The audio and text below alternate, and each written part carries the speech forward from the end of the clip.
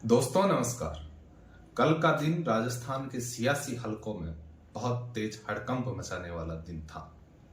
जी हां, कहीं भारतीय जनता पार्टी के प्रदेश अध्यक्ष को काले झंडे दिखाए जा रहे थे, तो वहीं कहीं राजस्थान के किसी कोने में राष्ट्रीय लोकतांत्रिक पार्टी के कार्यकर्ताओं को गिरफ्तार किया जा रहा था।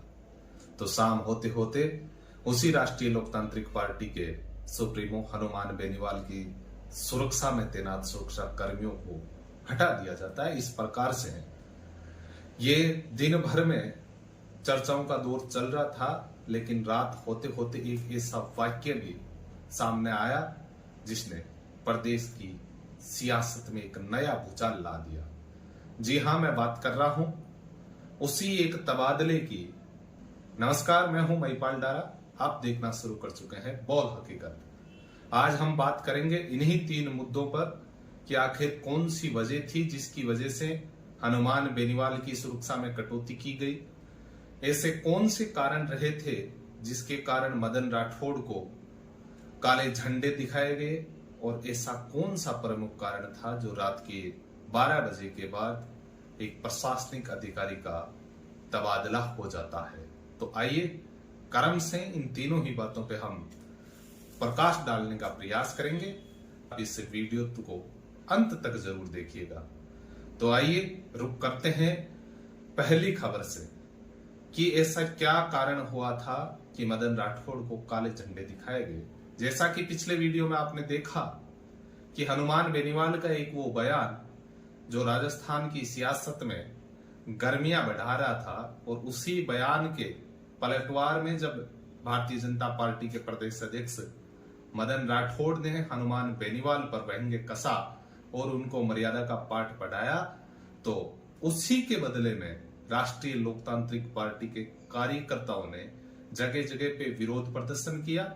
और उसी क्रम में राजस्थान के नवगठित जिला डीडवाना कुचामन शहर में जब भारतीय जनता पार्टी का पंडित दीनदयाल उपाध्याय कार्यक्रम का आयोजन होना था, उस कार्यक्रम में भारतीय जनता पार्टी के प्रदेश अध्यक्ष मदन राठौड़ शामिल हो रहे थे। और जब वो कुचामन पहुंचे तो उसी दौरान अचानक से राष्ट्रीय लोकतांत्रिक पार्टी के कार्यकर्ता और पदाधिकारी, जिसमें चाहे नावा विधानसभा के युवा नेता रामनिवास पोषक हो, चाहे टीडवाना कुचामन के प्रभारी भूराराम शेषमा हो, उनके नेतृत्व में कुछ लोगों ने मदन राठौड़ को काले झंडे दिखाए और उसका रास्ता रोकने का प्रयास किया। बाद में पुलिस ने बीच बचाव करते हुए हल्का पुलिस बल प्रयोग किया और उन तमाम नेताओं सहित 15-20 अन्य लोगों को गिरफ्तार कर लिया गया। देर शाम होते होते इन दोनों ही नेताओं सहित तमाम कार्यकर्ताओं को रिहा कर दिया गया। लेकिन इस रिहाई का जो परिणाम स्वरूप जो फल मिला था वो एक प्रशासनिक अधिकारी को मिला था। उसके बारे में हम बात आगे करेंगे। उससे पहले हम जानना चाहेंगे कि शाम होते होते एक खबर सुर्खियों में आई। वो खबर इस प्रकार की थी कि परसों से जो ये विवाद हो रहा था और उसके तुरंत बाद हनुमान बेनीवाल की जो सुरक्षा में तैनात 8 जवान थे, उसमें से 3 जवानों को हटा दिया गया। जयपुर कमिश्नरेट से 3 हथियारबंद जवान उनकी सुरक्षा में लगे हुए थे, जिनको कल शाम को हटा दिया गया। इसके जवाब में हनुमान बेनीवाल ने कहा कि ना तो मैंने सरकार से कोई सुरक्षा मांगी थी। जब एसआई भर्ती आंदोलन चल रहा था उस समय इंटेलिजेंस को ऐसा लग रहा था कि हनुमान बेनीवाल को कोई खतरा है, इसलिए सुरक्षा बढ़ाई गई थी और 8 हथियारबंद जवान मेरी सुरक्षा में लगाए थे। तो सरकार ही लगाने वाली है और सरकार ही हटाने वाली है। तो ये जवाब तो आपको सरकार से पूछना चाहिए कि आखिर कौन सी खुनस है जिसकी वजह से इस प्रकार के काम किए जा रहे हैं। तो इस प्रकार से जैसे ही ये खबर सामने आई तो राष्ट्रीय लोकतांत्रिक पार्टी के लोगों में, उनके कार्यकर्ताओं में काफी विरोध नजर आया और उन्होंने कहा कि हनुमान बेनीवाल की सुरक्षा की जिम्मेदारी हम लेते हैं, इस राजस्थान सरकार के भरोसे पर हम नहीं हैं। हनुमान बेनीवाल की सुरक्षा में पूरा राजस्थान और पूरा देश खड़ा है। इसी बीच एक वाक्य ऐसा भी सामने आया जब राजस्थान यूनिवर्सिटी के गेट के बाहर राष्ट्रीय लोकतांत्रिक पार्टी के कार्यकर्ता जब विरोध प्रदर्शन कर रहे थे, तो राजस्थान पुलिस के द्वारा उन डॉक्टर सरवण चौधरी सहित थान सिंह डोली, जिसे मारवाड़ का या थार का हनुमान बेनीवाल कहा जाता है, उनको गिरफ्तार किया गया। और जब गिरफ्तारी के बाद वो कार्यकर्ता उस थाने में चाय पी रहे थे, तो वो चाय का वीडियो जैसे ही सोशल मीडिया पे आया, वीडियो वायरल हो गया और उस वायरल का परिणाम भी 3 पुलिसकर्मियों को भुगतना पड़ा।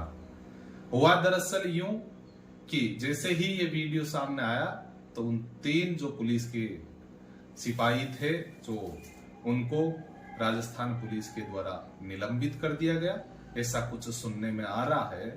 और उसके बाद अलसुबह थान सिंह डोली को तो रिहा कर दिया गया, लेकिन अभी तक भी डॉक्टर सरवण चौधरी जो है उनको अभी तक रिहा नहीं किया गया है। और राष्ट्रीय लोकतांत्रिक पार्टी के लोगों का ऐसा मानना है कि अभी तक ये भी पता नहीं है कि उनको किस थाने में बंद करके रखा है। यदि समय रहते उनकी रिहाई होती है तो ठीक, वरना आरएलपी के द्वारा एक बड़ा आंदोलन किया जाएगा। अब आगे बढ़ते हैं कि एक उस प्रशासनिक अधिकारी के ऊपर कैसे तलवार लटकी, उसके ऊपर भी हम बात करेंगे। जैसे ही कुचामन में ये घटना हुई, काले झंडे और विरोध प्रदर्शन हुआ, उन कार्यकर्ताओं को विरोध किया, उन कार्यकर्ताओं को गिरफ्तार किया। लेकिन जैसे ही उन कार्यकर्ताओं की रिहाई के समय जिस तहसीलदार ने जमानत याचिका मंजूर की थी, तो उसके परिणाम स्वरूप रात के 12 बजे के बाद उनका जो ट्रांसफर है वो यहां से कर दिया गया। तो इस प्रकार की खबरें दिन भर से बाजार में घूम रही थी। और आज शाम तक की यदि मैं बात करूं तो अब यदि भारतीय जनता पार्टी के नेताओं के बयान सुने तो ऐसा लग रहा है कि भारतीय जनता पार्टी अब केवल हनुमान बेनीवाल को अपना राजनीतिक विरोधी नहीं मान के बल्कि वैचारिक विरोधता भी सामने आ रही है। क्योंकि कल मदन राठौड़ का वो बयान जिसमें वो कह रहे हैं कि हनुमान बेनीवाल नशे का आदी है, खुद नशा करता है और युवाओं को नशे की ओर धकेलता है, अपराधी प्रवृत्ति का व्यक्ति है, लोगों को अपराध करना सिखा रहा है, तो इस प्रकार की मानसिकता के लोगों का सामाजिक बहिष्कार करना बहुत जरूरी है। तो इस प्रकार के तीखे और कड़े शब्दों में हनुमान बेनीवाल के प्रति जो उनका बयान था, इस कारण से राष्ट्रीय लोकतांत्रिक पार्टी के कार्यकर्ताओं में काफी विरोध नजर आ रहा है। और उसके बाद भारतीय जनता पार्टी के अनेक नेताओं ने इस पे बयान किए, तो कांग्रेस पार्टी के नेताओं ने भी हनुमान बेनीवाल का खुलकर साथ दिया।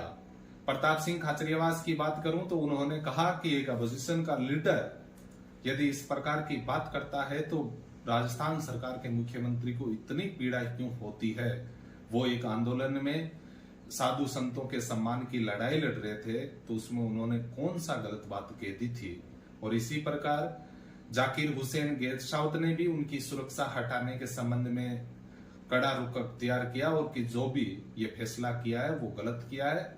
हम केंद्र सरकार से मांग करेंगे कि हनुमान बेनीवाल की सुरक्षा बढ़ाई जाए और एक प्रदेश के मुख्यमंत्री को इतनी संकीर्ण मानसिकता का परिचय नहीं देना चाहिए कि एक बयान के ऊपर उनकी व्यक्तिगत सुरक्षा को आप खतरे में डाल सकते हैं। इस प्रकार का प्रयास है, ये कदापि अच्छा नहीं है, इसलिए इस पे समय रहते कार्रवाई होनी चाहिए। इन सब घटनाओं के बीच में एक बयान वो भी खूब वायरल हुआ, भारतीय जनता पार्टी के प्रथम राजनीतिक सलाहकार रहे चंद्रराज सिंघवी का वो बयान, जिसमें वो कहते हुए नजर आ रहे हैं कि हनुमान बेनीवाल साहसी और लड़ाका है और हनुमान बेनीवाल जिसके पीछे पड़ जाता है उसकी रगड़ाई बहुत अच्छे ढंग से करता है। और वर्तमान में उनके टारगेट पर भजन लाल शर्मा है।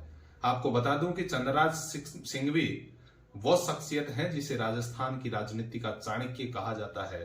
किसी समय में भारतीय राष्ट्रीय कांग्रेस के वो सचिव रहे, बाद में हरिदेव जोशी की सरकार में उनको मंत्रिमंडल के बराबर के पद में सम्मान दिया गया था और वर्तमान में वो भारतीय जनता पार्टी में राजनीतिक सलाहकार के रूप में भी काम किया।